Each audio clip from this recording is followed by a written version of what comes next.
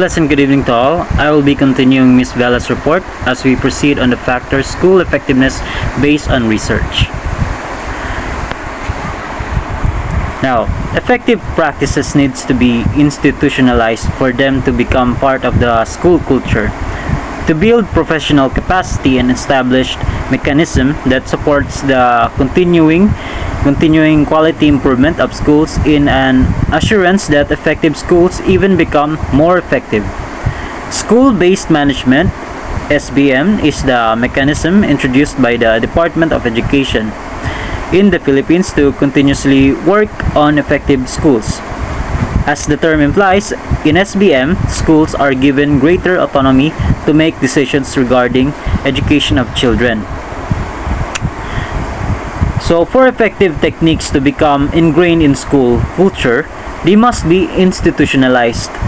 The assurance that effective schools continue to become even more effective is provided by the development of professional capacity and the establishment of mechanisms that promote continuous quality improvement of schools.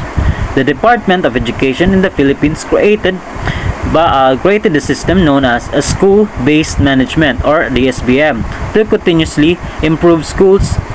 Now, as the name suggests, SBM schools are allowed more freedom to decide how to educate students.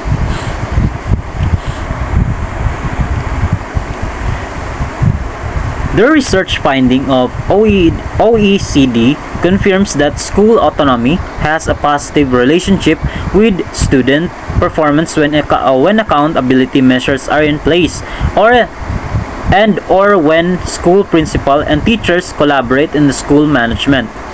China and Singapore have been developing more responsibility to the school level. In Finland, accountability lays on the trust placed by families and government in the professional competence of teachers. When accountability measures are in place or when the school principal and teachers collaborate in the school management, the research findings of the OECD support the hypothesis that school autonomy has a good association with student achievement. Now, in China and Singapore, there has been an increase in students' responsibility. And in Finland, responsibility rests with the government and families who put their faith in the abilities of instructors. And now, we proceed in the Philippines accreditation system for basic education. The institutionalization of SBM was strengthened with the introduction of the Philippines accreditation system for basic education (PASBE), which was launched through DepEd Order Number 64 Series of 2012. Now, accreditation is a process of self-evaluation and peer review to ensure that quality standards agreed upon by stakeholders are understood, implemented, maintained, and enhanced for continuous improvement of learners' outcomes. The Philippine Accreditation System for Basic Education, or the PASBE, which was established by DepEd Order Number 64 Series of 2012, reinforced the institutionalization of SBM.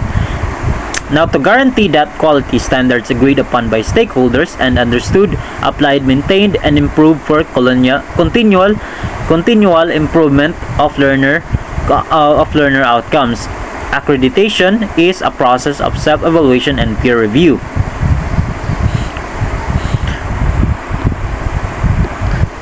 The agreed upon standards of quality or effective schools are grounded into four principles of child and community-centered leadership: principles of community-based learning, principles of accountability for performance and results, and principle of convergence to harness resources for education. Now, all these four principles also apply to SBM.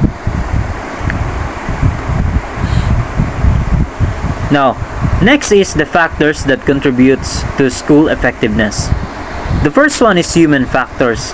This includes the dynamic school head, highly selected, competent and committed teachers, highly motivated pupils with high expectations and supportive community.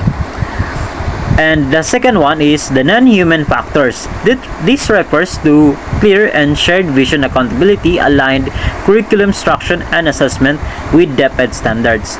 Now, these factors are exemplified by high-performing skills in the Philippines and abroad by the best education performing countries of the world.